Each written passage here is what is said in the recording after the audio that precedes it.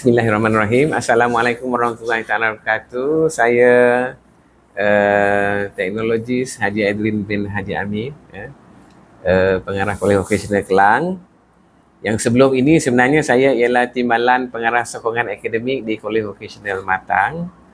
Yang mana hari ini sebenarnya saya ingin memperkenalkan kepada anda buku peraturan Akademik Kolej Vokasional edisi 2022.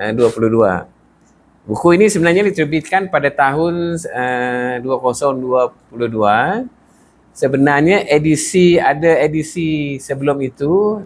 Edisi untuk 2022 sebenarnya adalah edisi terkini lah, yang masih lagi digunakan pakai sehingga ke hari ini.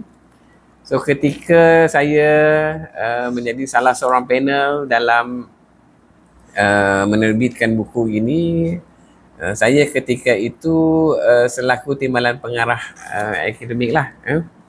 So buku ini sebenarnya tujuan dia, buku peraturan akademik ini sebenarnya merangkumi syarat-syarat akademik, terutama pentaksiran dan penilaian bagi memastikan kompetensi pelajar dari segi pengetahuan dan amali dalam bidang pengajian yang diikuti dinilai secara berkualiti dan bersistematik lah.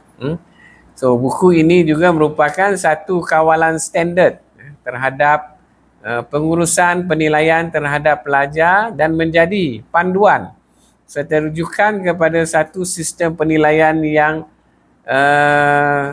terselaras dan berkualiti. Jadi setiap pelajar sebenarnya perlu memahami keseluruhan isi kandungan yang ada dalam buku peraturan akademik ini, kerana pada akhir pengajian pelajar kena tahu ataupun mengetahui kelayakan untuk ditawarkan ke peringkat seterusnya. Di sini dia ada membuat penekanan. Kalau pada muka surat 12 ini, di sini jelas menyatakan syarat persijilan untuk seseorang pelajar yang orang kata apabila dia mendaftar sebagai salah seorang pelajar di mana-mana kolej vokasional di seluruh Malaysia, untuk dia nak layak menyambung pengajian di peringkat diploma, dia harus melepasi beberapa kriteria. Di dalam ini pada muka surat 12 ni dinyatakan kriteria syarat untuk persijilan. Yang pertamanya lulus bahasa Melayu 1104 di peringkat SVM lah. Kemudian perlu juga PNGKA, grade purata akademik melebihi ataupun sama dengan 2.00.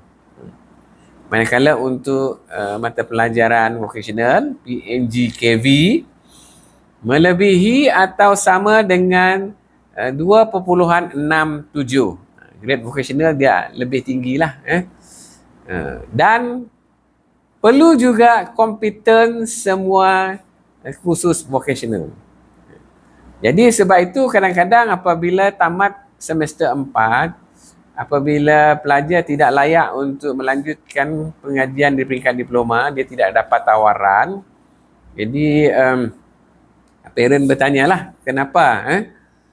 Sebenarnya apabila dia tidak layak itu, pelajar itu sebenarnya tidak memenuhi salah satu daripada 4 kriteria yang telah ditetapkan ini. Jadi sekarang ini sudah pengambilan untuk diploma sudah kita buka kepada pelajar yang daripada SPM aliran perdana.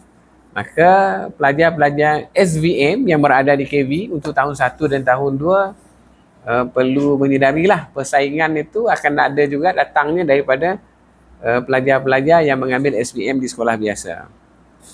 Jadi oleh yang demikian, di peringkat awal kita menyediakan buku ini, dan buku ini sebenarnya ada dijual di koperasi, boleh dibeli, boleh untuk pusat sumber pun ada naskah untuk dibuat rujukan, dan pelajar perlu memahamilah kandungan di dalam buku ini untuk dia jadikan panduan. Macam mana dia nak, sebelum tu dia nak rancang strategi lah untuk dia orang kata dalam 4 semester ni memenuhi semua kriteria dan layak untuk ke peringkat seterusnya. So harapan saya supaya orang kata pelajar itu sentiasa alert ataupun sentiasa kena mengetahuilah perkembangan terkini. Mungkin akan ada edisi, kalau ada perubahan kita akan keluarkan satu lagi edisi terkini, tapi buat masa ini masih lagi edisi 2022 ini diguna pakai. Tapi perancangan akan datang sekiranya bertukar. Ini sebenarnya dia selari dengan KSKV, kurikulum qualificational. Mungkin apabila perubahan melibatkan silibus, melibatkan KSKV, maka kita akan wujudkan satu lagi peraturan akademik lah. Peraturan akademik ini perlu disahkan oleh Senat. Dia ada ahli Senat. Jadi saya mengharapkan agar setiap seorang pelajar harus memiliki ataupun tidak sekurang-kurangnya boleh merujuk buku peraturan akademik ni yang berada di pusat sumber masing-masing lah, di KB masing-masing. Okay, sekian. Terima kasih.